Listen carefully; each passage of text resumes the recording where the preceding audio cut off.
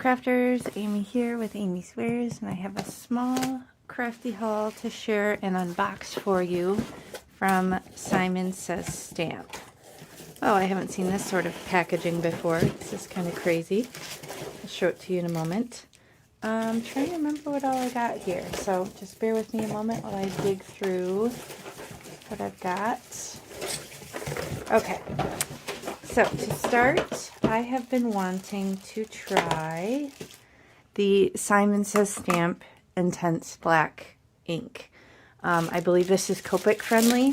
That's the reason I got it. I want to do a comparison video of a couple other Copic friendly black inks that I have. I want to compare it to Memento Tuxedo Black and Gina K Amalgam. I want to do like a side-by-side comparison and test it out with Copic marker coloring to see if there's any like bleeding or any difference in the level of black. So I've been wanting to give this a try for a while. So I got the reinker here, so the Intense Black reinker.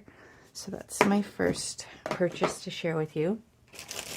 Then I got this distress paint, and the reason I got this is because I recently saw someone using it. I can't remember who now. They used it as the perfect consistency of splatter. They didn't have to add water or anything like that. They were able to just put a little down and then flick it. So I do have, let's see if I can grab it here. I do have this little black watercolor that I use here, but it doesn't always, it's not always the richest, like most opaque of black because it's a watercolor. So I'm kind of wanting to see if I get a better, thicker, more stark result with this. And I'm curious about the consistency. I like the idea of it just being the right consistency right off the bat. So it is just an acrylic paint, a fluid acrylic paint, but I want to keep this on my desk to encourage me to do splatter more often. Okay, then I got, let's see here, this Distress ink in Picket Fence. Now, I don't collect the Distress ink in the full size. However, this one is not available in the mini, and it's the only one I didn't have. I think it's a dye ink.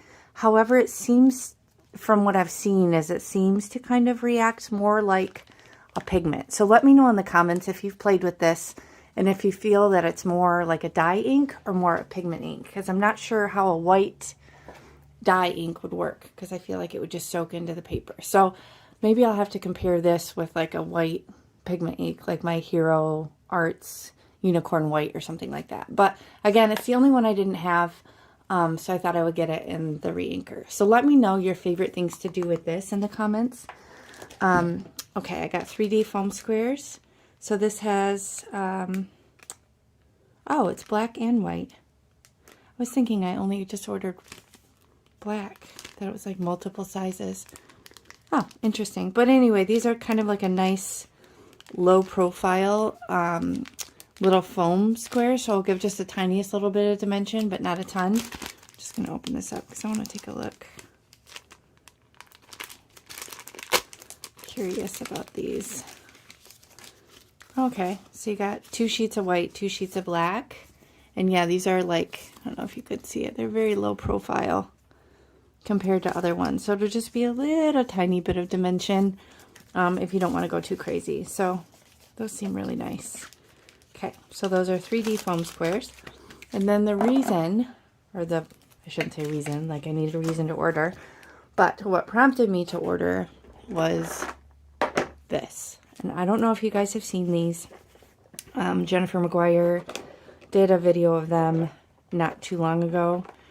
These are new acrylic markers from Altenew. So these are extremely opaque. I plan on playing on black cardstock with these.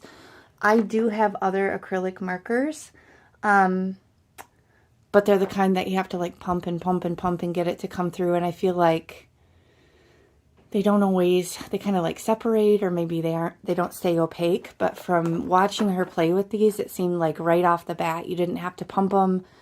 You could just start coloring with them. So I might do a separate swatch video or intro playing with these, but it is so cool. Let me see if I can open this up. Even the container is really cool. You can see how there's like this other piece that holds them in.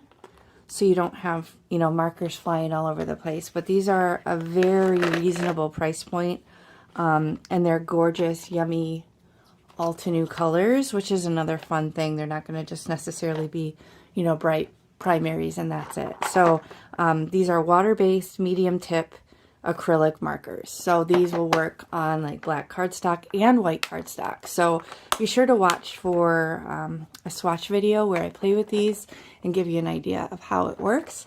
But other than that, that's my haul. So I will try and do some comparison videos of these different things. Like I said, let me know in the comments about this distress ink and your experience with it, if you think it feels more like a pigment.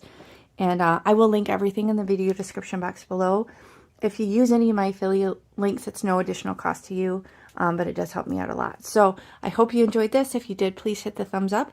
I'll link some other videos in the end screen if you want to watch some process videos or other ideas or inspiration to make cards. And thank you so much for spending time with me today. I'll catch you next time. Bye.